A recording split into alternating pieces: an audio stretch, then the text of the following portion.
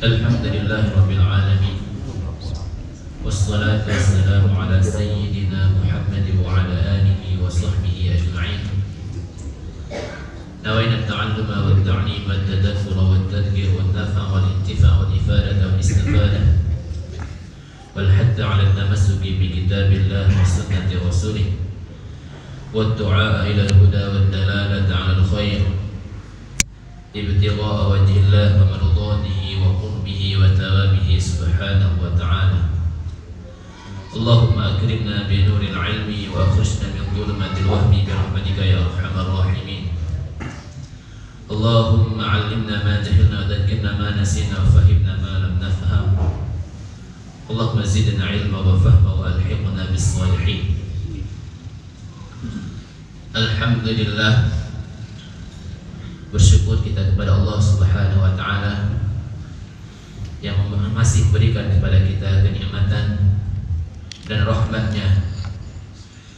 Lebih-lebih kita sekarang berada di penghujung daripada bulan Ramadan, yang hanya hamba-hamba terpilihlah yang diberikan kenikmatan yang luar biasa, bisa menghidupkan malam, bisa mengikuti ibadah-ibadah.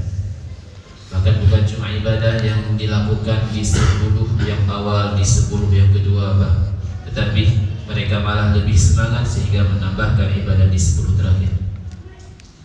Maka bersyukur kita kepada Allah Subhanahu wa taala. Allah memberikan kesempatan kepada kita untuk beribadah sebagaimana ibadah yang dilakukan oleh baginda Rasulullah sallallahu alaihi wasallam. Yang kita semua sudah tahu bahwa Rasulullah sallallahu alaihi wasallam kana yajtahidu fi Ramadan ma la yajtahid fi ghairihi, wa kana yajtahid fil 'ashr al-awakhir minhu ma la yajtahid fi ghairiha min Ramadan. Adalah baginda Rasulullah sallallahu alaihi wasallam, beliau bersungguh-sungguh di bulan Ramadan melebihi kesungguhan beliau di bulan selain Ramadan. Dan adalah baginda Rasulullah sallallahu alaihi wasallam bersungguh-sungguh di 10 terakhir, sesuatu yang tidak beliau lakukan dan melebihi kesungguhan yang beliau lakukan di selain 10 terakhir. Dan dalam hadis yang lain Rasulullah sallallahu alaihi wasallam sampai dikisahkan menguatkan ikatan sarungnya supaya beliau makin kuat dan makin sanggup untuk beribadah. Bukan cuma itu, membangunkan keluarganya untuk menghidupkan malam, karena begitu besarnya fadilah di malam-malam terakhir 10 terakhir ini. Maka coba kita lihat dan kita perhatikan, banyak orang yang lebih sehat dibandingkan kita, lebih kuat dibandingkan kita, tetapi mereka tidak sanggup dan tidak mampu untuk menghidupkan 10 malam terakhir. Malah kebanyakan yang kita lihat makin hari makin kurang semangatnya, makin hari makin sibuk dengan segala kesibukan duniawinya. Maka wajib kita bersyukur Allah pilih kita untuk Allah kepingin memberikan kepada kita kemuliaan yang luar biasa yang terdapat di 10 terakhir.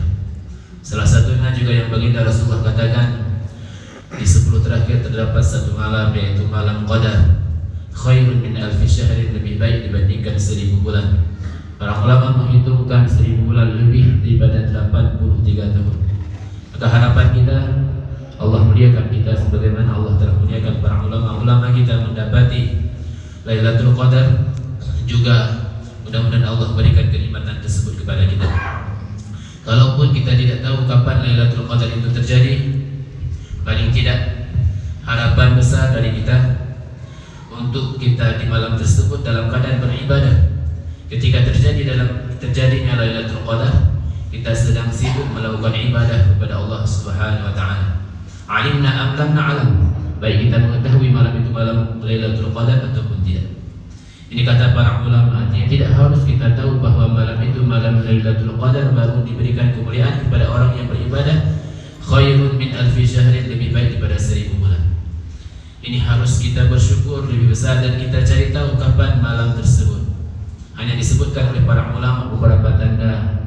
Salah satunya di malam Lailatul Qadar itu udaranya sejuk, tenang, tidak ada suara-suara binatang yang mungkin di malam-malam lain kita sering mendengarnya, tapi di malam Lailatul Qadar tidak ada. Kemudian di pagi harinya mataharinya kurang cahaya. Karena tertutup dengan naik turunnya para malaikat. Mudah-mudahan Allah Subhanahu wa taala memuliakan kita. Amin ya rabbal alamin. Juga tidak terasa pembahasan masalah puasa yang sedang kita bahas. Ini juga sudah di penghujung. Yang paling penting bagi kita untuk tetap semangat. Dan semangat kita bukan cuma di bulan Ramadan, tetapi apa yang akan kita lakukan setelah Ramadan. Kami mengumpamakan Ramadan ini adalah madrasah. Ramadan ini merupakan sekolah. Siapapun yang masuk ke sekolah ini, ada kala di akhirnya dia lulus atau tidak.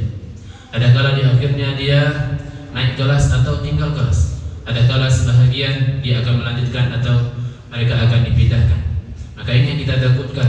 Ramadan datang, tapi kita telah tiada. Ramadan tahun depan tetap ada, tapi yang kita takutkan kita telah tiada. Atau kita masih ada, tetapi apa yang didapati oleh orang-orang yang lulus daripada hadiah, peringkat dan sebagainya, namun kita tidak mendapatinya. Kenapa? Karena kita tidak mengambil hak kita, tidak mempergunakan waktu sebaik mungkin. Orang mendapatkan ampunan Allah, orang mendapatkan rahmat Allah, orang mendapatkan rizq minan nar daripada Allah, dan Allah memberikan kepada mereka la'allakum tattaqun, menjadi orang yang bertakwa.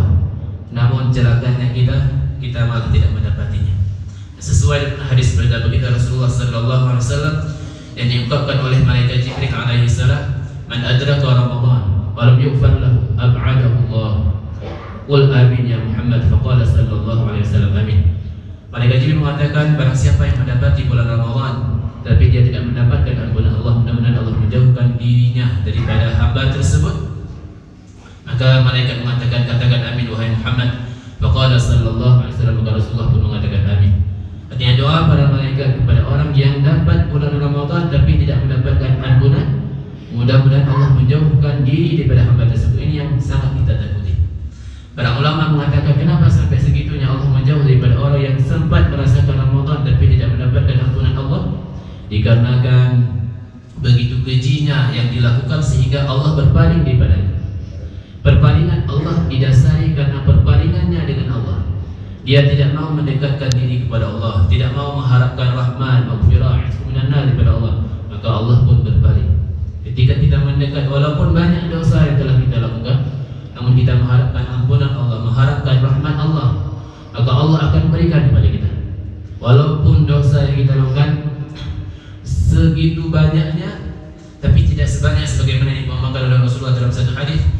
Dosa yang kita lakukan jika dikumpulkan sepenuh isi bumi, jika kita kumpulkan dosa kita sampai membumbung ke langit sana, namun jika kita mengharapkan ampunan Allah, Allah tetap mengampuni dosa kita walam yubali, dan Allah tidak peduli dengan apa yang telah kita lakukan daripada kesalahan dan maksiat kepada Allah Subhanahu wa taala. Dengan nikmat yang Allah berikan, malah kita maksiat, tapi tetap Allah memanggil kita dengan ya ibadi, wahai hamba-Ku.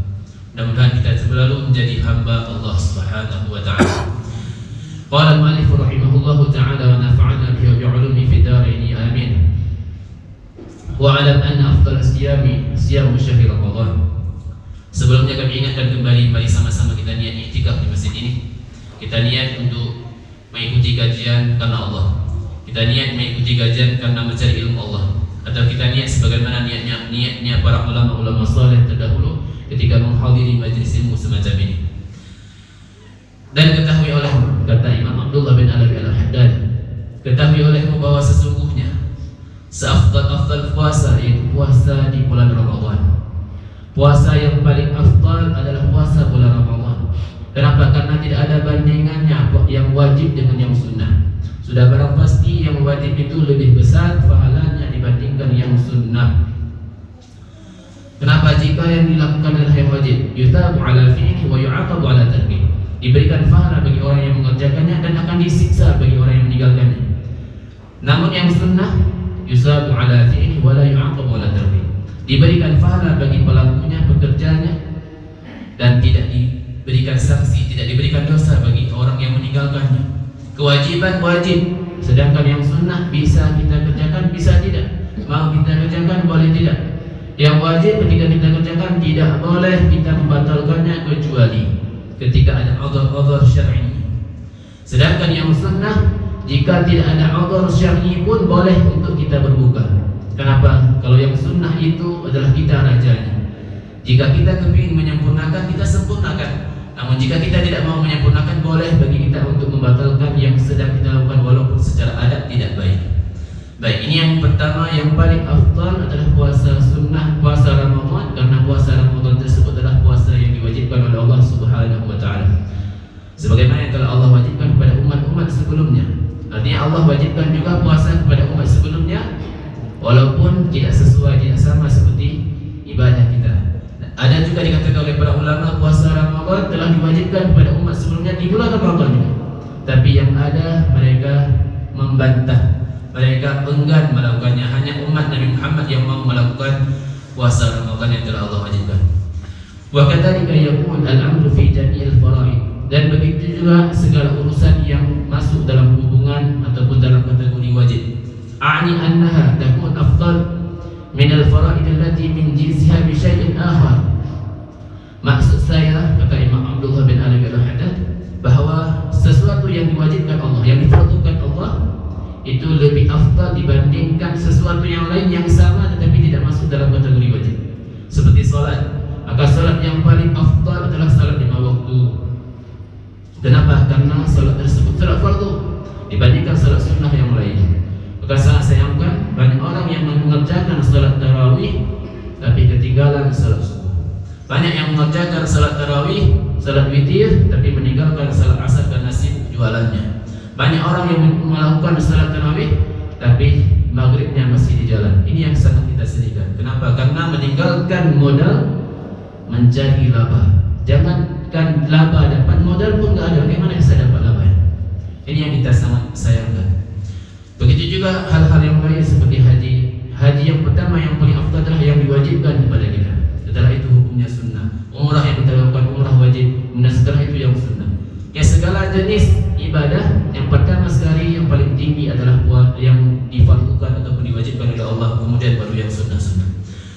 Dia qauli alaihi salatu wassalam, dalilnya karena Rasulullah SAW pernah bersabda, Anillahi ta'ala, yang beliau mengisahkan ataupun menyampaikan hadis qudsi daripada Allah Subhanahu wa taala, ma taqarrabal mutaqarribuna ilayya bimithli ada'i ma iftaradtuhu alaihim wa la yazalu al-'abdu yataqarrabu ilayya bin nawafil hatta uhibbah. Al-hadis. Rasulullah SAW menyampaikan hadis qudsi daripada Allah Subhanahu wa taala. Allah mengatakan, tidaklah orang mendekatkan diri kepadaku, tidaklah seorang hamba yang mendekatkan diri kepadaku dengan cara menunaikan kewajiban yang telah aku wajibkan, dengan cara melaksanakan yang telah aku fardukan kepada mereka, dan senantiasa dia tidak cukup dengan yang fardu, dia setelah itu mendekatkan diri juga dengan segala yang sunnah-sunnah. Apa balasan Allah? Hatta uhibbah, sehingga aku mencintainya. Ini tingkatan balasan yang sangat besar yang kita cari pada Allah Subhanahu wa taala. Apa itu? Cintanya Allah. Kita mengharapkan pahala, kita mengharapkan balasan sebagaimana yang disebutkan oleh Rasulullah dalam hadis. Kita mengharapkan balasan sebagaimana yang disebutkan oleh para ulama dalam keterangan-keterangan mereka di setiap amalan yang kita lakukan. Itu masih kecil dibandingkan kita mengharapkan cinta Allah. Tingkatan yang paling tinggi yang kita harapkan adalah cintanya Allah, dan cinta itu baru kita dapati dengan mendapatkan ridha Allah. Maka setiap amal jangan kita berharap kepada selain ridha Allah. Sangat rugi, bahkan sangat sedikit, sangat kurang kalau kita datang hanya mengharapkan pujian, setelah dipuji selesai. Kita datang hanya mengharapkan pemberian hamba Allah, selesai diberikan selesai. Tapi yang kita harapkan yang paling tinggi cinta Allah. Cinta Allah itu kapan kita dapati? Dengan mendapatkan ridha Allah. Bagaimana cara kita mendapatkan ridha Allah? Yang pertama dengan cara kita lakukan yang Allah wajibkan. Yang Allah wajibkan kepada kita, enggak cukup dengan itu, ya Allah saya kepingin lebih dekat lagi. Maka kita lanjutkan dengan yang sunnah. Maka ketika kita lakukan yang sunnah, tidak kita lakukan kecuali karena cinta kita kepada Allah, dan kita tahu hikmah di balik itu. Karena di setiap ibadah itu ada surah wa haqiqah, ada surahnya, gambarannya, dan ada hakikat daripada amalan kita. Kalau gambaran yang kita lakukan seperti puasa, itu hanya menahan lapar dan minum, menahan daripada hal yang batalkan puasa. Tapi ada hikmah di balik puasa itu yang lebih kita cari tahu, ataupun sering disebutkan oleh para ulama pertama filosofinya apa sih? Nah, filosofi daripada puasa, kalau orang yang sudah menikmatinya, dia tahu bahwa dengan ini kita mendapatkan cinta Allah. Dengan ini kita bisa sehat. Dengan ini kita akan ingat bagaimana kesusahan yang dirasakan oleh fakir miskin. Mereka rasakan lapar sebagaimana yang kita rasakan sekarang. Oh, ternyata begini rasa laparnya. Inilah hakikat daripada puasa, bukan cuma tahan lapar dan minum saja. Tapi cari tahu kenapa Allah fardukan, apa sih hikmahnya. Di setiap ibadah juga seperti itu. Maka tidak ada seorang pun yang sudah menikmati di setiap momen ibadah kemudian dia lanjutkan dengan yang sunnah kecuali ketika dia sudah mendapatkan kenikmatannya. Atau mungkin baru-baru mendapati tapi belum banyak. Ini yang kita harapkan. Ketika Allah sudah cinta kepada seorang hamba, lanjutan hadis ini, maka aku akan menjadi penglihatannya yang dia pakai untuk melihat. Aku akan menjadi pendengarannya yang dia pakai untuk mendengar. Aku akan jadi kakinya dia pakai untuk berjalan. Aku akan menjadi tangannya dipakai untuk melakukan kegiatan dan sebagainya. Maksudnya apa? Penglihatan kita bukan penglihatan Allah, tetapi kita pakai penglihatan kita pada hal yang diridhai Allah.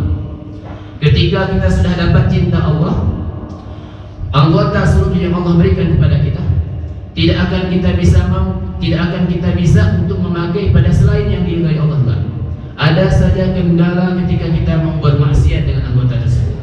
Ada saja kendala ketika kita mau melakukan hal yang mendatangkan murkanya Allah, ditepis oleh Allah, dikasihnya kita alasan-alasan tertentu. Datang saja satu orang yang bantu kita untuk mengeluarkan daripada hal-hal yang kita niat tidak baik tadi. Kenapa? Karena Allah sudah cinta, dan ketika cinta Allah tidak mau terjadi pada sesuatu siapapun pada hamba Allah semacam itu dan sesuatu yang tidak baik. Seperti kita kalau udah cinta, gak mungkin kita berkeinginan terjadi sesuatu yang tidak baik pada kekasih kita. Maka Allah juga seperti itu. Ketika sudah cinta kepada seorang hamba, Allah akan menjauhkan daripada hamba tersebut semua hal yang mendatangkan marahnya Allah Subhanahu wa ta'ala atau hal yang tidak baik kepada hamba tersebut. Ini yang pertama yang harus kita pahami. Artinya yang pertama yang fardu, kemudian yang sunnah kita kerjakan untuk mencapai cintanya Allah. Tsumma shaumul ashhurul hurum wa hiya arba'atun. Yang pertama sekali puasa yang paling afdal adalah puasa Ramadan. Kemudian puasa apa lagi? Yang sunnah. Tingkatan pertama disebutkan tsumma ashhurul hurum, yaitu puasa bulan-bulan haram. Mana puasa bulan haram? Wa hiya arba'atun. Dzulqa'dah wa Dzulhijjah wal Muharram wa Rajab. 4 bulan. Dan kalau di sini kita lihat dan kita perhatikan 3 berturut-turut dan 1 yang terasing. Mana yang berturut-turut? Yaitu Dzulqa'dah, Dzulhijjah dan Muharram. Puasa sunat di bulan Dzulqa'dah, Dzulhijjah dan Muharram ini termasuk puasa yang tingkatan tinggi setelah Ramadan. Mana yang terasing? Wa Rajab dan puasa Rajab. Dzulqa'dah, Dzulhijjah, Muharram itu setelah berturut-turut. Sedangkan Rajab terasing. Dan puasa di 4 bulan ini adalah puasa di bulan haram dan fadilahnya di atas daripada puasa sunnah yang lain, yaitu setelah puasa bulan Ramadan. Qala Allah Ta'ala, A'udzu billahi minasyaitonir rajim. Bismillahirrahmanirrahim. Inna 'iddatash shuhur 'inda Allah 12 syahran fi kitabillahi yawma khalaqas samawati wal arda minha arba'atun hurum. Allah Subhanahu wa taala berfirman, Inna iddatash syuhur, sesungguhnya bilangan bulan di sisi Allah itu 12 bulan yang telah Allah sebutkan di dalam kitabnya Allah. Semenjak Allah Subhanahu wa taala menciptakan langit dan bumi, dari 12 bulan ini terdapat 4 bulan haram. 4 bulan haram, kenapa dikatakan haram? Karena di bulan tersebut diharamkan terjadinya peperangan, diharamkan terjadi hal-hal yang tidak baik kepada umatnya Nabi Muhammad SAW. Dan di antara orang-orang yang di Arab ketika itu tidak boleh terjadi hal-hal yang tidak baik ketika itu, termasuk peperangan. Dia bulan yang sangat mulia. Maka 4 bulan ini ketika Allah muliakan, sudah barang pasti kelebihan di dalamnya juga luar biasa. Wa qad warada anna sawma yawmin min al-ashhuril hurum ya'dilu siyama 30 yawman min ghairiha wa siyamu yawmin min Ramadan ya'dilu siyama 30 yawman min al-ashhuril hurum. Rasulullah SAW mengatakan, sungguh puasa 1 hari, Puasa satu hari dari bulan haram itu sama seperti puasa 30 hari dari selain bulan haram.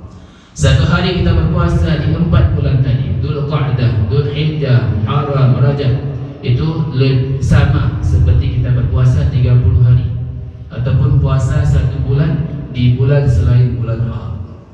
Dan puasa satu hari daripada bulan Ramadan yang sedang kita kerjakan ini, itu sama bandingannya seperti puasa 30 hari daripada bulan-bulan haram. Satu hari bulan haram seperti 30 hari di bulan lain. Satu hari di bulan Ramadan itu sama seperti 30 hari di bulan haram. Maka tidak mungkin seorang hamba melewati kesempatan semacam ini kecuali mereka tidak tahu apa yang diberikan Allah kepada orang-orang yang melakukan ibadah semacam ini. Wa warada anna man shama 3 ayyam mutatabi'ah min syahri min al-hurum al-khamis wal jum'ah was sabt ba'adahu Allah minan nar. Dan juga telah disebutkan dalam satu hadis dari Rasulullah, sungguh seseorang yang berpuasa 3 hari berturut-turut daripada bulan haram, Khamis, Jumat dan Sabtu, maka Allah akan menjauhkan hamba tersebut daripada api neraka. Kenapa Allah jauhkan hamba tersebut daripada api neraka? Karena Allah telah mencintainya, karena Allah telah ridha kepadanya, karena Allah telah sayang kepadanya. 3 hari berturut-turut, Khamis, Jumat dan Sabtu, maka di sini mendapatkan penjauhan daripada api neraka. Itu kelebihan daripada bulan haram. 4 bulan tadi, Dzulqa'dah, Dzulhijjah, Muharram dan bulan Rajab. Ini yang kedua, puasa sunnah yang mungkin bisa kita lakukan jika kita merindukan bulan Ramadan, maka kita bisa melakukan ibadah-ibadah di bulan tersebut. Wa minas sunnati, dan termasuk sunnah juga siyamu sittin min Syawal ala athari Ramadan tawdi'an lahu wa jibran lil khalal in 'arida fihi lis-shaimi. Dan termasuk puasa sunnah yaitu puasa 6 daripada bulan Syawal. Ini yang ada di hadapan kita setelah Ramadan. Ini bisa dilakukan oleh orang-orang yang sudah lulus daripada madrasahnya Ramadan, sudah lulus daripada sekolahnya, pendidikannya Ramadan, maka mereka akan melanjutkan 6 hari. Puasa 6 hari daripada bulan Syawal ala athari Ramadan, atas bekasan Ramadan, sebagai taudi'an lahu, sebagai ucapan selamat ataupun ucapan perpisahan bagi Ramadan, wajib ramil khalal, dan juga sebagai penutup penempel bagi segala kekurangan jika ada dilakukan di bulan Ramadan oleh orang berpuasa. Jika ada kekurangan yang kita lakukan dalam beribadah puasa di bulan Ramadan, maka cara menempel kekurangan tersebut adalah dengan berpuasa 6 hari di bulan Syawal. Yang pertama, untuk taudian, kita ucapkan sampai jumpa kembali. Kita ucapkan mudah-mudahan kita bertemu kembali. Dan ini dilakukan oleh para ulama-ulama saleh. Apakah harus kita ikutkan setelah Ramadan, setelah Lebaran 1 hari kemudian 6 hari selanjutnya? Tidak mesti. Rasulullah menyebutkan di sini puasa 6 hari pada bulan Syawal. Apakah harus berturut-turut? Juga tidak mesti. Walaupun fadilah yang kita dapati jika kita lakukan secara berturut-turut berbeda dengan yang kita dapati secara terpisah-pisah. Orang yang melakukannya langsung setelah Lebaran di hari kedua sampai ke hari ke-7, itu berbeda dengan yang didapati oleh orang yang melakukannya setelahnya. Kenapa? Karena masih ada rasa Ramadan tadi, maka kita lakukan setelah Lebaran. Dan ini sangat berat. Jika kita tidak mampu, maka bisa kita ambil 6 hari walaupun secara terpisah-pisah, dengan mengambil Senin, Khamis, Senin, Khamis, Senin, Khamis, dan sudah selesai. Dan fadilah juga diberikan kepada kita. Puasa sunnah, ibadah-ibadah yang sunnah itu termasuk sebagai penempel bagi kekurangan yang kita lakukan daripada ibadah-ibadah fardu. Salat sunnah yang kita kerjakan, bahkan disebutkan 70 salat sunnah yang kita kerjakan itu bisa menempelkan satu fardu yang kekurangan. Jikapun satu fardu tidak sah kita lakukan, sudah kita lakukan, bukan mengganti posisinya, bukan. Jangan nanti saya pilih puasa salat tarawih dalam semalam sudah 20 rakaat ataupun 8 rakaat, kemudian saya lanjutkan sampai 70, kemudian saya tinggalkan satu fardu. Bukan seperti itu pemahamannya. Artinya jika jika ada salah satu ibadah fardu yang telah kita lakukan daripada salat, kita tidak sadar ternyata salat kita tidak sah, dengan seringnya kita melakukan salat sunnah ini bisa menjadi penempel ataupun pengganti daripada satu fardu. Kalau 2 rakaat bisa penempel kekurangan. Kalau kita tidak menempel berarti ada kekurangan dari ibadah kita. Ada bocornya, ada keluar sesuatu yang tidak sempurna. Maka untuk menyempurnakan dengan kita lakukan puasa ataupun ibadah-ibadah sunnah yang lain. Wan nawafil wa jawabirul faraidi, dan segala yang sunnah itu adalah sebagai penempelnya segala fardu-fardu. Wa qala alaihi salatu wassalam, man shama ramadan thumma atba'ahu sittan min syawal faka'annama shama ad-dahr kullu. Barang siapa yang berpuasa di bulan Ramadan, selesai Ramadan, kemudian dia mengikutkan 6 hari di pada bulan Syawal, maka seakan-akan dia berpuasa setahun penuh. Timbul pertanyaan sekarang, kami ibu-ibu ada puasa Ramadan ketinggalan yang belum kami qadain, boleh enggak kami padukan dengan bulan Syawal tersebut? Kami niat qada sekaligus dengan Syawal, boleh. Cuma yang lebih afdal kita pisahkan jika ada kesempatan. Karena ada sebahagian orang, saya kalau enggak mengqada, kalau saya tak bisa melakukan puasa 6 hari kecuali dengan mengqada, karena kalau di bulan lain qada kurang semangat. Orang lain makan lontong, orang lain makan mie jalu, orang lain ajak makan bakso dan sebagainya, saya tak sanggup. Maka saya ambil qada di bulan Syawal supaya mendapatkan fadilah ini, maka dibolehkan. Karena yang fardu boleh dipadukan dengan yang sunnah, ataupun yang sunnah boleh dimasukkan di dalam yang fardu. Sama seperti jika kita datang ke masjid, kemudian pas sampai ke masjid kita belum sempat melakukan salat sunat tahiyat masjid, ternyata imam sudah melakukan ataupun mendirikan salat, muazzin sudah berdiri untuk mengiqamahkan. Itu bagaimana dimakruhkan bagi kita untuk tetap melakukan salat sunnah, menyebabkan si orang yang iqamah ini terasa enggak enak, menyakiti mereka. Maka bagi kita dengan melakukan salat fardu tanpa duduk, jangan duduk, masuk tetap berdiri dengan iqamah, selesai kita salat fardu dengan imam, maka salat fardu itu juga bisa menjadi kita mendapatkan pahala yang kita lakukan daripada salat sunat tahiyat masjid. Akan berbeda tetapi jika kita melakukan salat tahiyat masjid kemudian baru kita lakukan salat fardu, kurang lebih semacam itu. Jadi bagi kita yang mampu untuk mengqadha puasa di bulan yang lain atau di bulan Syawal, tetapi kita pisahkan puasa sunat Syawal ini 6 hari, maka itu lebih baik dibandingkan kita menggabungkannya. Dan ini kami lihat dilakukan oleh ulama-ulama tadi. Mereka 1 hari lebaran, setelah Ramadan mereka lebaran, kemudian lebaran 1 hari, setelah itu puasa lagi. Dan di hari lebaran kedua sampai ke-7 ini kita perhatikan sama keadaan seperti bulan Ramadan. Kalau kita tidak berpuasa, kita nggak tahu mau cari makan di mana juga. Toko-toko tutup, toko makanan nggak ada jualan. Jadi tarikh itu mengajarkan kita untuk tetap beribadah walaupun secara terpaksa.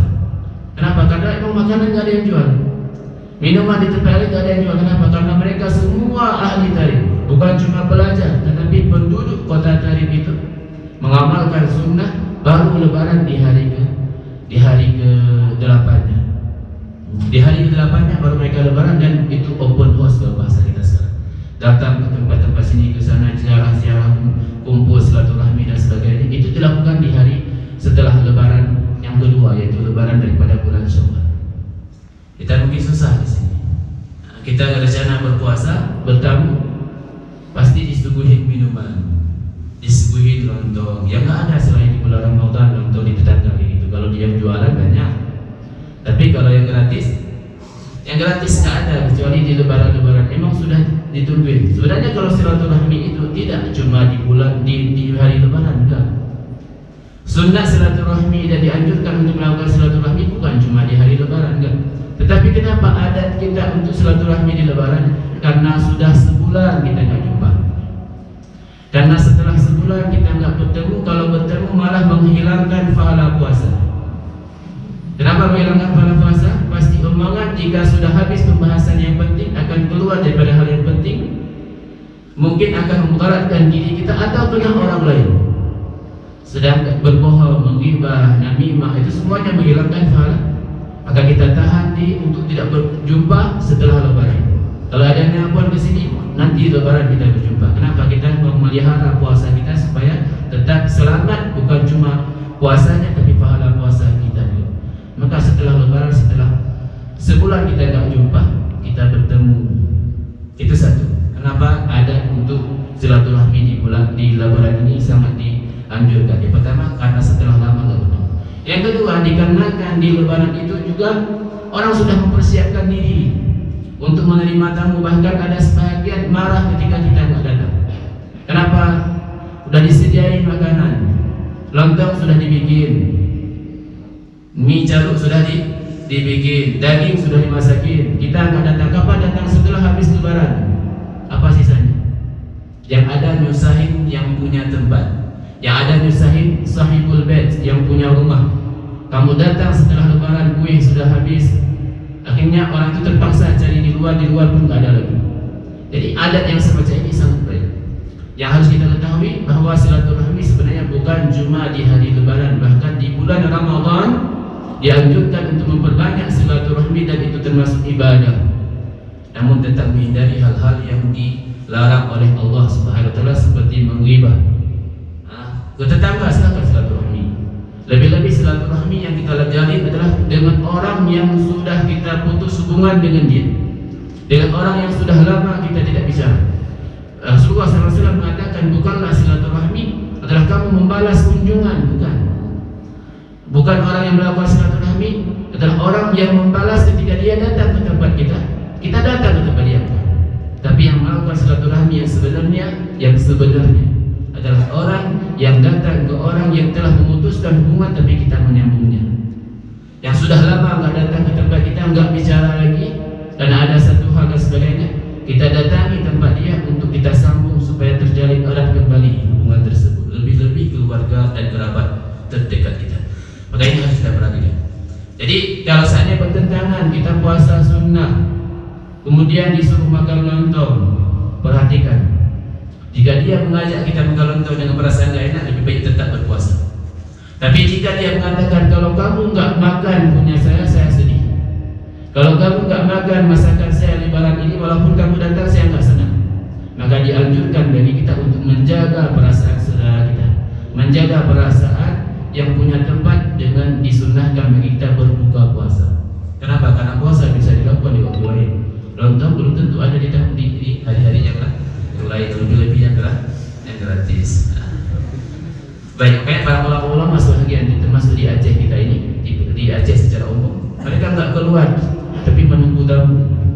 Hari kedua lebaran menunggu tamu sampai kapan? Selesai puasa mereka baru mereka keliling. Untuk alasan pertama menunggu tamu, tapi alasan kedua untuk tetap bisa berpuasa. Karena kalau di rumah sendiri nggak ada istilahnya memuliakan tamu untuk kita berbuka. Boleh kita tetap duduk, nggak makan, tapi kita temani mereka. Baik.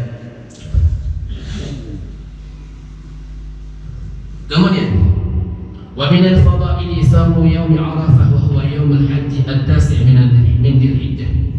Dan termasuk fadilah-fadilah puasa sunnah juga yaitu puasa hari Arafah. Wa huwa yaumul hajj, yaitu hari haji, hari 7 daripada 9 daripada Dzulhijjah. Nah, haji dikatakan al-hajju Arafah.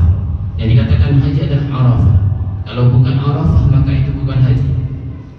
Orang yang tidak sempat melakukan wukuf di Arafah, begitu berarti dia tidak melakukan haji.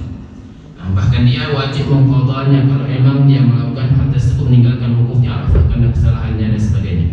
Nah, wukuf di Arafah merupakan haji kita yang tidak pergi ke haji.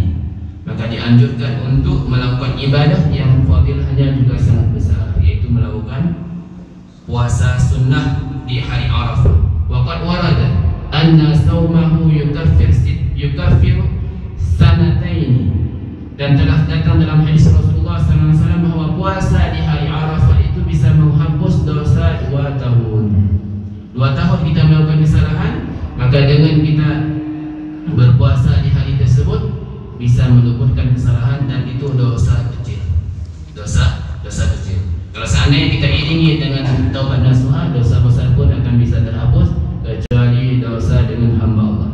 Kecuali hutang itu tetap nggak terlunasi, harus dibayarin baru lunas. Saya sudah berpuasa di hari Arafah, hutang saya belum selesai, tetap wajib transfer, ya, wajib transfer. Baik, ini puasa di hari Arafah luar biasa. Bahkan ada sebagian tempat, ini juga kami saksikan, mereka melakukan tasyabuh bil Arafah. Apa tasyabuh bil Arafah? Sebagaimana wukufnya orang di haji, ada sebahagian mereka kumpul di satu tempat untuk melakukan ibadah juga. Yang pertama, ibadah apa yang dilakukan? Puasa secara bersamaan. Kemudian duduk di sana berzikir, sebagaimana yang dilakukan oleh orang di Jabal Rahmah sana dan di sekelilingnya. Orang haji berkumpul di Jabal Rahmah dan di sekelilingnya untuk melakukan wukuf di bawah teriknya matahari. Ada sebagian wilayah juga melakukan semacam itu. Dikatakan dengan tasyabuh. Man tasyabbaha biqaumin fahuwa minhum. Barang siapa yang menyerupai dengan satu kaum, maka dia termasuk sebagian daripada kaum tersebut. Kita enggak sempat wukuf di Arafah, kita duduk di bawah terik matahari beribadah, berzikir dan sebagainya dengan berbagai macam zikir, minta ampun kepada Allah Subhanahu wa taala, diiringi dengan puasa, berarti kita menyerupai mereka, dan ini pun akan mendapatkan pahala walaupun tidak sebanding dengan orang yang haji dan wukuf langsung di Arafah. Dan ini dilakukan oleh para ulama-ulama. Bisa diceritakan di internet, ada orang yang melakukan dengan istilahnya tasyabuh bil Arafah. Qala al-ulama wa huwa afdalu yawmin yusamu fi sanah ba'da Ramadan. Sebagian ulama mengatakan puasa di hari Arafah itu adalah puasa yang lebih afdal dalam setahun setelah puasa Ramadan. Puasa hari Arafah, kenapa lebih afdal dibandingkan satu hari Arafah? Itu merupakan puasa yang paling afdal setelah Ramadan. Satu segi itu puasa bulan haram, Dzul Hijjah, sebagaimana telah kita sebut tadi, Dzul Qa'dah, Dzul Hijjah, Muharram. Satu hari di hari Arafah ini merupakan satu hari di bulan haram. Maka hari tersebut lebih afdal, puasa sunnah yang lebih afdal setelah Ramadan. Setelah Ramadan, kenapa di sini disebutkan? Karena kita menyerupai dan menghayati apa yang dilakukan oleh orang-orang yang berada di Arafah. Wala yustahabbu lil haji an yasumahu li ajli al-quwwah 'ala ad-du'a fil mawqif wal qiyam bil manasik. Orang yang melakukan haji, yang insyaallah akan berangkat haji, kita doakan bagi para jamaah yang hendak melakukan haji tahun ini, Allah mudahkan urusannya, Allah berikan kesehatan kepadanya, Allah jadikan haji mereka nanti haji mabrur, dan Allah kembalikan mereka dengan dosa telah diampuninya, dan semua apapun yang telah dikeluarkan daripada hartanya Allah gantikan, karena tanda haji yang mabrur dan umrah yang mabrurah itu akan menjadi penghapus dosa. Salah satunya termasuk dia seperti seorang anak yang baru lahir daripada ibunya, dan haji yang mabrur tidak ada balasan kecuali syurga daripada Allah Subhanahu wa taala. Yang belum diberikan kesempatan, mudah-mudahan Allah berikan kepada kita. Amin. Tidak ada yang tidak mungkin, walaupun belum start, insyaallah sebahagian jika Allah berkehendak, idza arada syai'an ay yaqula lahu kun fayakun. Tiba-tiba ada satu orang yang kaya, enggak sanggup pergi kecuali harus kita temani, ternyata ditegurnya kita, ayo kawanin saya. Kita enggak menyetop, tapi ada orang yang memang digerakkan hatinya karena harta begitu banyak. Kalau tidak dipergunakan pada jalan Allah, maka itu termasuk hal-hal yang harus diperhatikan kembali. Baik, tidak disunahkan bagi orang yang haji untuk berpuasa di hari Arafah tersebut. Kenapa? Supaya dia kuat untuk berdoa di tempat wukuf, dan juga untuk kuat dia melakukan manasik haji. Berdiri dan berdoa di bawah teriknya matahari sangat panas. Maka tidak sanggup bagi kita, takutnya melakukan yang sunnah malah meninggalkan yang wajib. Baik. Kemudian وصوم يوم عاشوراء وهو العاشر من المحرم وقد ورد أن صومه يكفر سنة. Begitu juga puasa satu hari daripada Ashura, itu hari ke-10 daripada Muharram, bulan haram juga. Dan telah datang daripada Rasulullah sallallahu alaihi wasallam satu hadis bahwa puasa di hari Ashura ini sama seperti dan bisa menghapus dosa setahun. Bisa menghapus dosa setahun. Bahkan di dalam kitab-kitab fikih disebutkan perempuan tidak dibolehkan berpuasa sunnah kecuali atas izin suami. Kecuali atas izin Ya, suami punya hak reman pada kegiatan ibadah selain yang fardu ya, selain yang fardu. Ada hak reman, ada hak untuk dimintai izin oleh istrinya setiap ibadah sunnah yang mau dilakukan. Jangan nanti terlalu salehah ternyata salah. Ya dia rencana berpuasa sampai mengatakan suaminya enggak benar begini begitu. Musyawarah dulu. Kalau emang mau puasa sunnah, puasa bersamaan. Jangan buat suami pun ikut berpuasa. Tidak puasa seperti puasa yang resmi, tapi puasa juga dengan puasa yang tidak resmi, menahan daripada sebahagian yang membatalkan puasa. Tetapi ketika puasa Asyura ataupun puasa Arafah, boleh bagi istri untuk tetap melakukan puasa ini walaupun tidak disertai oleh izin daripada suami. Kenapa? Dikatakan oleh para ulama, karena hanya setahun sekali. Masa sehari nggak bisa bersabar seorang suami? Kalau puasa Senin Kamis boleh bilangin, jangan puasa, jangan puasa hari Senin, jangan puasa hari Kamis ini. Jangan tanya kenapa, pasti ada kebutuhan tertentu. Begitu juga jika seorang istri yang hafizul Quran, penghafal Quran, jangan terlalu salehah murajaah hafalan Quran, sedangkan suami tertidur dalam keadaan marah, maka perempuan tersebut walaupun sedang baca Al-Quran, dia dilaknat oleh para malaikat, malaikat rahmat dan malaikat azab dari malam sampai pagi, sehingga dia mendapatkan ridha dan maaf daripada suaminya. Tapi puasa hari Arafah dan hari Asyura ini para ulama mengatakan boleh untuk tetap berpuasa walaupun suami kadang agak mengambilkan dikit. Kenapa? Hanya setahun sekali. Tapi kalau hari Senin Kamis, minggu depan ada Senin lagi, Kamis minggu depan juga ada Kamis lagi. Artinya puasa 3 hari di setiap awal bulan. Salah satunya tidak boleh keluar dalam keadaan berhias. Tidak boleh keluar hanya untuk melihat seorang laki-laki. Tidak boleh keluar dalam memakai wangi-wangian. Tidak boleh keluar dengan memakai pakaian yang kira-kira akan menimbulkan fitnah. Tidak boleh keluar dalam keadaan memakai apa yang dikalung di kaki. Dia mengalihkan pengertian. Tidak boleh keluar jika tidak aman jalannya. Ada sampai 7 syarat disebutkan di dalam kitab oleh para ulama. Nanti mungkin di kali lain kami sebutkan ya, karena tidak ingat semuanya. Baik, ketika terpenuhi syarat itu baru boleh, termasuk izin daripada si suami. Walaupun dia keluar, bahkan Rasulullah mengatakan salatmu di rumahmu lebih baik dibandingkan kamu salat di masjidku bersamaku. Tetapi jika terpenuhi syaratnya dibolehkan. Apalagi kalau seandainya si istri keluar untuk mencari ilmu, yang sebenarnya kewajiban memberi ilmu itu bukan kewajiban tunku, bukan kewajiban para ustaz. Yang wajib memberikan ilmu kepada istri itu siapa? Suami. Ketika suami tidak mampu, tidak boleh melarang. Tapi kalau suami mampu, boleh. Kalau suami melarang untuk keluar ke tempat-tempat yang tidak cukup syarat semacam tadi, maka boleh melarangnya. Kalau seandainya untuk mencari ilmu yang wajib, maka haram bagi seorang suami melarang istrinya untuk mencari ilmu, padahal dia juga tidak mampu mengadakannya. Maunya seorang suami mengantari istrinya ke tempat yang diajarkan ilmu yang wajib diketahui. Maka seorang istri wajib minta izin kepada suami jika mencari ilmu. Lebih-lebih yang punya agenda setiap hari dan sebagainya, itu wajib minta izin secara umum, nggak harus setiap hari. Itu kalau setiap hari nanti marah seorang suami ya. Minta izin ke mana? Belajar besok, belajar. Itu bagus, tetapi yang lebih baiknya minta izin secara umum dan menyampaikan kepada suami jika ada alasan-alasan dan ada hari-hari yang memang tidak boleh pergi, tolong bilangin dan sebagainya. Jadi kesimpulan yang pertama, boleh bagi seorang suami untuk melarang jika tidak ada hubungan dengan Allah. Kalau seandainya berhubungan dengan Allah, dia beribadah sesuatu yang fardu, mau puasa wajib, mau salat wajib, dilarang, nggak boleh. Itu tidak ada istilah taat. Tapi kalau yang sunnah bertentangan dengan yang wajib. Jika suaminya ternyata mereka tidak pernah puasa, walaupun dia nggak puasa, walaupun dia nggak salat, tetapi jika ini berhubungan dengan hubungan hamba, ini kan hubungan hamba nih, karena ini istilahnya dosa seorang suami dengan Allah tanggung sendiri. Tapi dosa istri ketika dia keluar tanggung suami tanpa terpenuhi syarat. Ini harus diperhatikan. Mohon maaf kalau seandainya suami meminta sesuatu yang berhubungan dengan hak dia dan tidak terhalang hak Allah,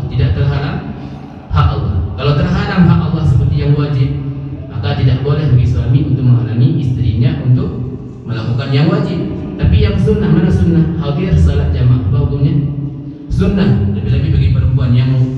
yang bahkan sunnah muakkadah, ada sebagian mengatakan sunnah yang dikuatkan, salat berjamaah itu bagi para lelaki. Para lelaki, sehingga ada ungkapannya kalau suami sering di rumah dikatakan dengan suami salihah. Kalau suami sering di rumah itu suami sah. Karena apa? Al-wadhifatul lirrajul kharijal bait wal wadhifatul ula lil mar'ati dakhilal bait. Tugas utama seorang laki-laki di luar rumah dan tugas utama seorang istri adalah di dalam rumah. Sekarang mohon maaf kita lihat, sering terjadi maksiat disebabkan perempuan sering berkeliaran. Ini secara nyata, walaupun di alam di kenyataannya sulit dihindari ya. Tapi kalau kita lihat kebanyakan seperti itu. Jika keluarnya untuk yang sunnah, walaupun seorang suami tidak salat, tidak begini, tapi dia yang penting jangan menghalangi istrinya salat di rumah. Kalau menghalangi istrinya salat di rumah, kan bisa istri bisa salat di rumah, istri bisa baca Quran di rumah, istri bisa seperti itu di rumah. Maka hal yang bisa dilakukan di rumah dan harus diikuti daripada istrinya suami, kecuali yang pas keluar belajar di masjid seperti belajar masalah puasa, belajar kitab fikih sama Dr. Zakiul kita yang dihormati oleh Allah dan dijaga oleh Allah. Mudah-mudahan selalu ilmunya mengalir kepada kita semuanya. Amin. Nah, maka hal yang wajib diajari, maka larangan suami tidak boleh. Bahkan yang lebih baik si istri menjadi trik bagaimana suaminya pun ikut. Tolong ngantarin saya ke masjid. Secara tidak langsung dia waktu ngantarin sudah kasih izin. Habis itu datang sini jumpa sama panitia masjid, Pak mau kemana? Ngantarin istri. Bapak nggak ikut. Lagi ada kerjaan, sekali dua kali ada kerjaan. Tapi di kali yang lain nanti suami pun terpaksa ikut, ternyata enak juga ngaji. Ya, inilah trik. Dan bahkan kalau melihat dakwah itu pengaruh besar daripada seorang istri. Rasulullah SAW berhasil karena Siti Khadijah. Rasulullah SAW berhasil dakwahnya karena istri-istrinya tidak banyak yang memegang. Bayangkan kalau seandainya seorang ustaz, seorang guru, waktu mengajar istrinya ngambek di rumah sampai nangis guling-guling, terhalang nggak dakwahnya? Terhalang. Kalau seandainya seorang ustaz mau mengajar, kemudian istrinya bilangin jagain anak, bawain anak ke pengajiannya, terhalang nggak dakwahnya? Terhalang. Makanya satu segi rahmat ketika ada istri yang semacam ini, ngerti. Ini harus difahami, jangan salah paham maksudnya. Kalau bertentangan dengan yang wajib yang kepada Allah, maka tidak dibolehkan dilarang. Rasulullah SAW mengatakan la ta'ata li makhluqin fi ma'siyati khaliqin. Tidak ada istilahnya taat kepada makhluk yang mana bisa menyebabkan kita maksiat kepada Sang Pencipta. Allah mewajibkan kita salat, Allah mewajibkan kita berpuasa. Ada hamba Allah yang minta kepada kita jangan puasa, jangan salat, maka enggak boleh kita mematuhi. Kenapa? Karena bertentangan dengan perintah Allah. Sedangkan hadir ke masjid semacam ini itu murni harus ada izin daripada suami, kecuali diiringi dengan belajar yang wajib diketahui dan tidak diajarkan oleh seorang suaminya sendiri. Maka lebih baik ini harus dipahami. Jangan nanti ini ustaz ini terlalu keras nih, terlalu keras. Kalau dipahami masa nggak boleh ke masjid, kan gede juga nih. Kata ustaz tidak boleh hadir ke masjid perempuan. Bukan itu kesimpulannya. Bukan itu kesimpulannya. Boleh hadir, tapi harus ada izin pada suami. Jika hadir hanya untuk salat jamaah. Iktikaf hukumnya apa? Hukum iktikaf? Tapi ada suami yang senang sengsara, dia maunya jangan iktikaf. Ada kebutuhan di rumah, dan itu kebutuhan bisa jadi sudah wajib. Rasulullah SAW mengatakan itu termasuk cara untuk istri mudah masuk surga dengan taat kepada suami. Masalah dia nggak salat, masalah dia nggak puasa, itu urusan dia dengan Allahnya. Ada nggak ditarik seorang istri ke dalam neraka gara-gara puasanya suami nggak puasa? Ada nggak si istri ditarik ke dalam neraka gara-gara suami nggak salat? Enggak. Tapi kalau istri keluar melakukan sesuatu masalah, suaminya nggak cemburu sedikit pun atas maksiat seorang istri, maka dia dikatakan dengan dayus. Apa dayus? Orang yang tidak cemburu ketika keluarganya, istrinya, anaknya melakukan maksiat, malah dia asik ibadah. Asal anaknya, istrinya silahkan keluar rumah, nggak pakai hal-hal yang menutupi aurat, nggak menjaga kewajiban dan sebagainya. Ini dayus. Dayus ini jangankan surga, bau surga pun nggak dapat. Dan ini sering terjadi masalah. Istri mengatakan, masa apa boleh ke masjid? Akhirnya berantem di rumah. Dan seorang suami mengatakan, jangan pergi, saya ada kebutuhan yang sangat wajib ini, yang harus dipenuhi sekarang. Tunggu dulu ke masjid, nanti beda rasanya ketika sudah pulang di masjid. Ini harus digunakan. Kalau di sini, ini mohon dipahami ya. Nanti kalau kurang jelas tanyain, jangan salah paham. Yang kami sampaikan inilah ilmu, dan kami lihat setelah kami ajar ada kitab yang kami pelajari sekarang sama ibu-ibu dalam seminggu 2 kali, yaitu hari Sabtu dan hari Selasa. Itu kitab Uqudul Lujan fi Bayani Huquqiz Zawjain. Itu Uqudul Lujan tentang penjelasan tentang hak suami istri. Setelah kami pelajari di sini, ternyata terjadi masalah disebabkan tidak tahu hak kewajibannya masing-masing. Tidak tahu hak kewajibannya masing-masing. Misalnya kalau kita bilangin nggak boleh intikaf, 10 terakhir lah amannya siapa itu? 10 terakhir. Walaupun 10 terakhir ada ibadah yang lebih penting di rumah yang harus kita kerjakan. Nah, maka bagaimana? Rasulullah SAW mengatakan sedekah itu sangat luas. Sedekah itu sangat mengatakan sesuatu yang baik sedekah, melakukan amal ma'ruf sedekah, melarang daripada nahi munkar, menjauhkan nahi munkar pun sedekah. Bahkan kamu mendatangi istrimu juga itu sedekah. Para sahabat juga terkejut ketika mendengar, kok bisa gitu ya Rasulullah? Tidakkah kamu lihat jika kamu datangi, kamu penuhi syahwatmu pada sesuatu yang tidak dihalalkan Allah, haram, bukankah itu mendapatkan dosa? Iya, begitu juga ketika kamu memenuhi syahwatmu pada yang dihalalkan Allah, itu pun menjadi pahala dan itu pun sedekah. Jadi jangan banyak cari tahu di mana bersedekah. Sedekah banyak sekali caranya. Senyumin orang sedekah, mengatakan subhanallah sedekah. Bersedekah kepada suami pun sedekah. Suami bersedekah kepada istri pun sedekah. Bahkan sedekah terbaik dikatakan adalah sedekahmu kepada orang terdekatmu, akan menimbulkan kasih sayang berlebihan. Kurang lebih seperti itu. Artinya ini harus dipahami, jangan salah paham.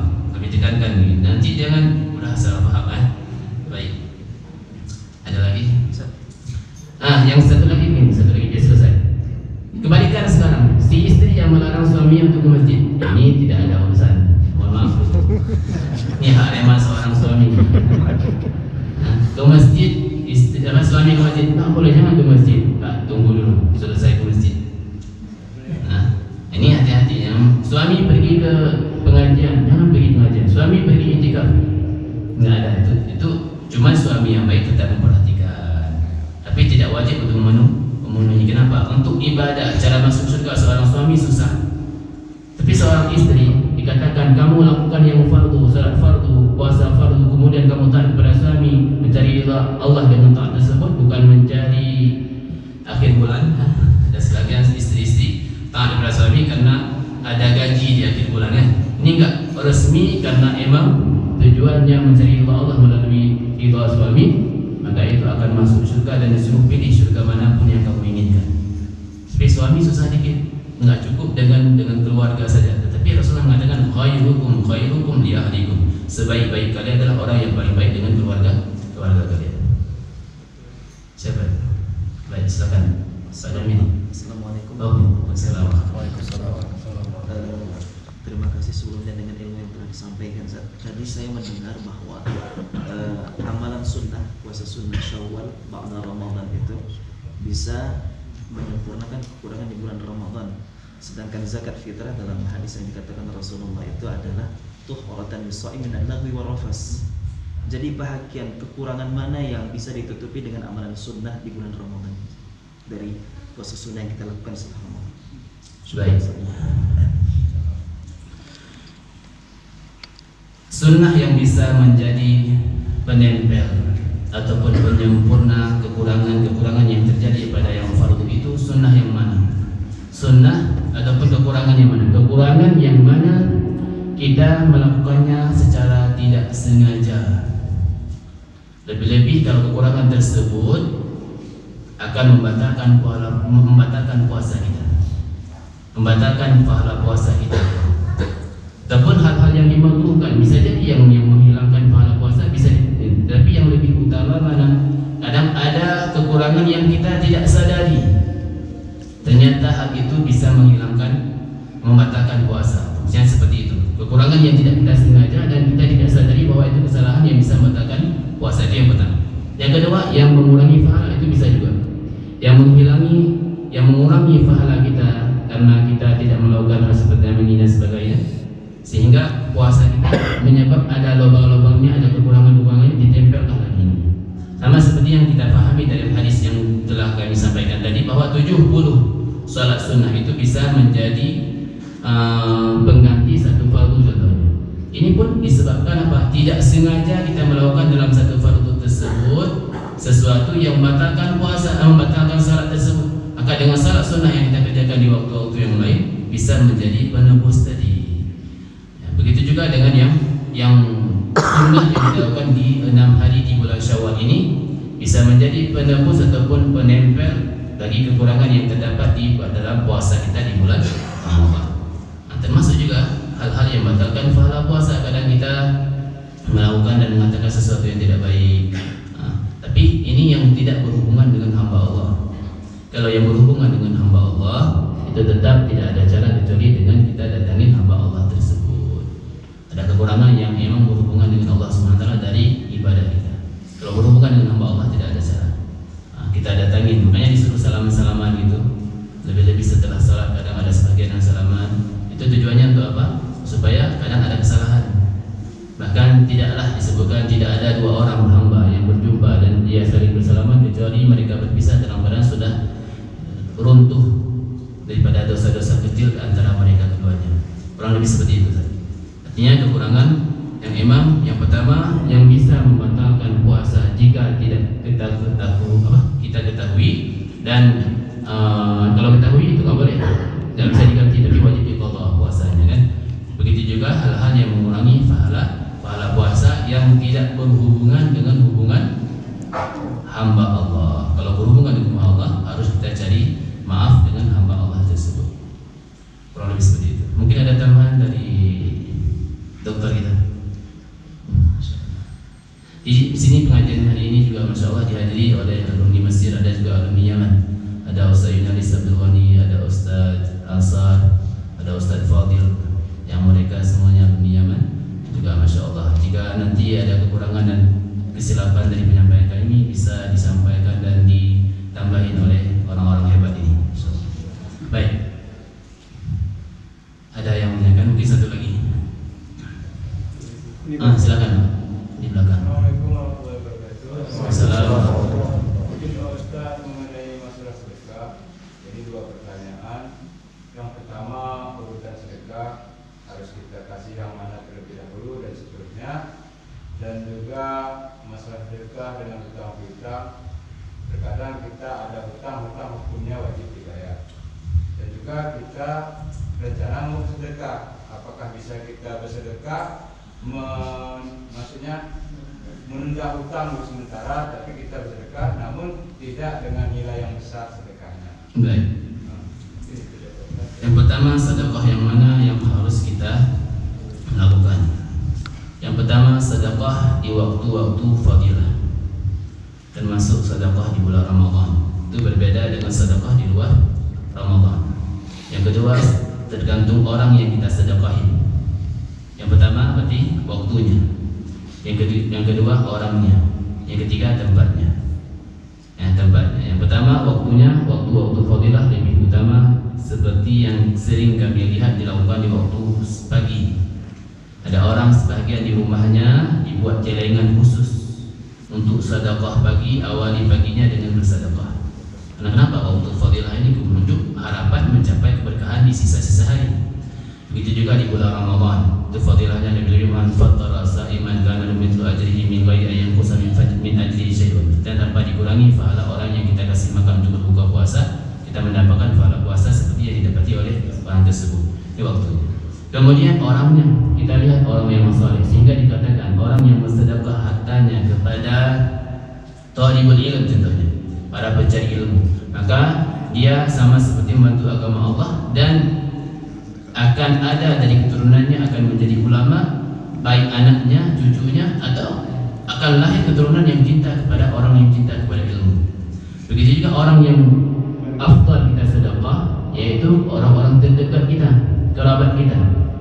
Dikatakan dalam kitab-kitab fikih, siapa yang lebih berhak lagi? Orang yang sudah hampir putus hubungan kita dengannya. Sudah kita dengar isu-isu bahwa dia mengatakan kepada kita sesuatu yang tidak baik, hampir retak hubungan kita. Padahal yang dia lakukan itu adalah, dan yang dia ketahui tentang kita adalah hoax. Apa hoax ini? Sesuatu yang tidak benar. Akhirnya kita datangi, kita sedekahin. Akhirnya apa yang terjadi? Perasaan yang tidak benar tadi dari dia, ternyata enggak kok. Ini termasuk orang yang harus kita peduli. Kemudian kepada keluarga kita, jangan ada sebahagian lebih perhatian kepada janda, sedangkan di rumahnya istrinya kekurangan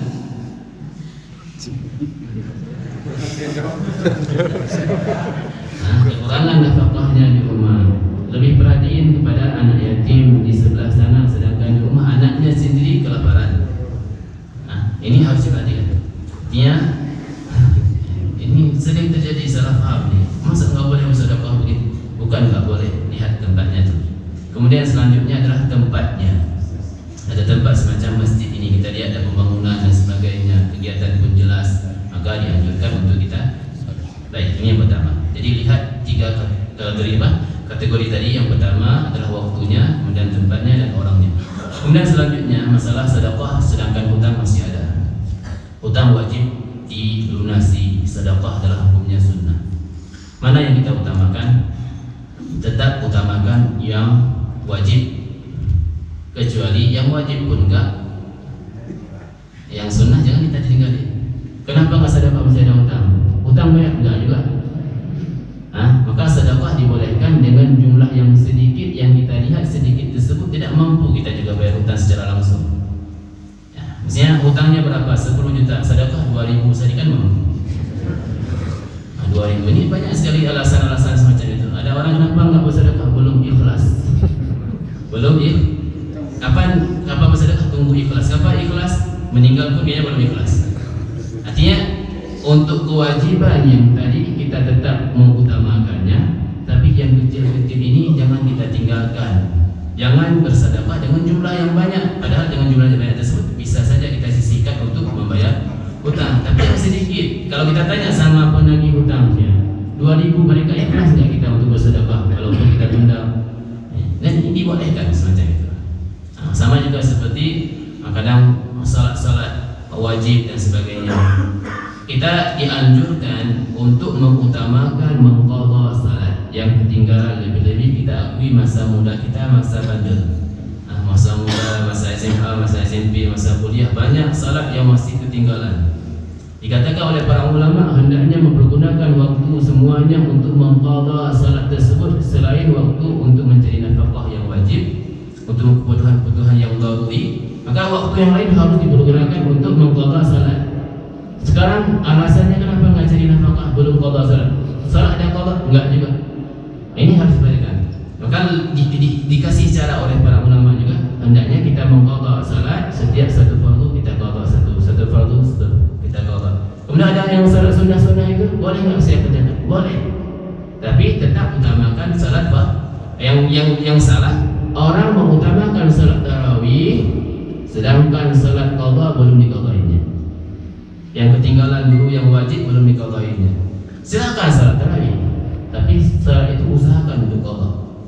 Bukan cuma usaha, tak lakukan qadha. Di setiap satu fardu saya lakukan fardu.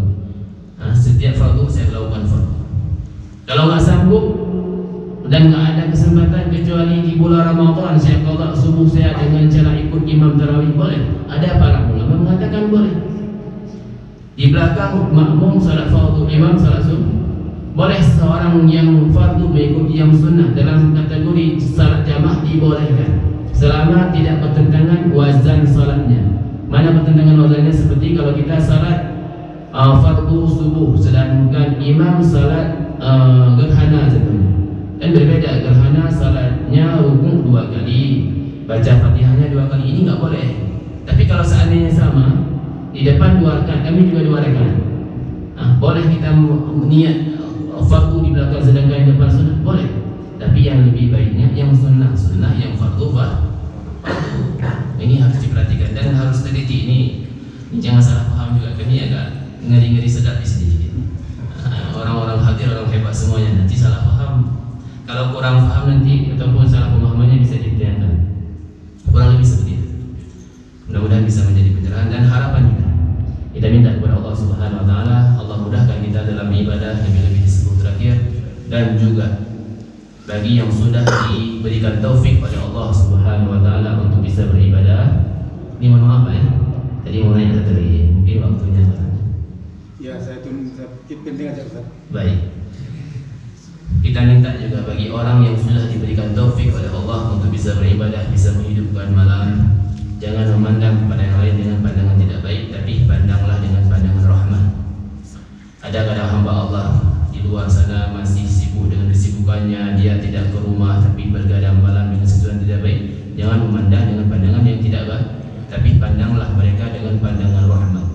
Apa maksud pandangan rahmah? Pandangan kasih sayang. Kita melihat dan kita berharap ya Allah berikan hidayah kepadanya. Ya Allah berikan kemudahan bagi dia untuk bisa melakukan ibadah, dan jaga niat saya ya Allah tidak bertujuan kecuali karena dirimu, menghidupkan malam karena mencari ridhamu ya Allah, mencintai cintamu. Dan yang belum di sana ada tetangga saya ya Allah, dia enggak di rumah tapi bergadang malam, tapi bergadang pada yang tidak. Jangan mengejeknya tapi mengajaknya, atau paling tidak dalam hati kita berharap mereka pun mendapatkan rahmat yang telah Allah berikan kepada kita. Inilah agama Islam, agama yang saling menyayangi walaupun dengan pandangan. Pandangan diiringi dengan kasih sayang itu sangat luar biasa faedahnya. Pandangan yang kita iringi dengan doa, ya Allah berikan petunjuk, ya Allah berikan hidayah, ya Allah berikan taufik, ya Allah berikan kemudahan kepada saudara saya sebagaimana telah Engkau berikan kepada saya. Begitu juga yang kita tidak melakukannya, jangan memandang pandangan yang tidak baik kepada orang yang sudah melakukannya. Dia itu melakukan qiyamul lail tapi akhlaknya enggak baik. Jangan lihat yang situ, lihat yang baik-baik. Ada sebagian ngapain qiyamul lail, hutang belum bayar, apa hubungannya?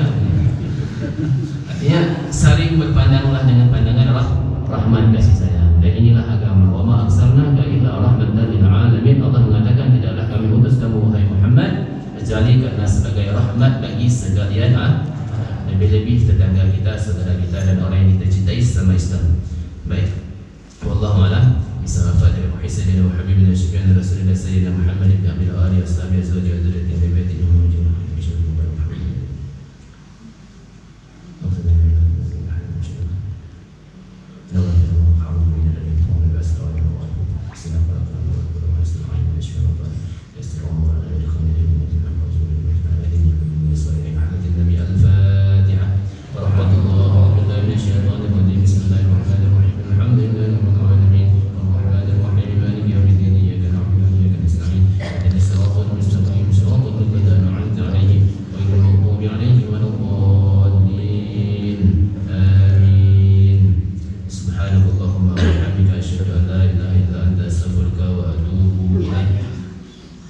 sallallahu wasallam ala nabi sayyidina Muhammadin wa alihi wa sahbihi ajma'in.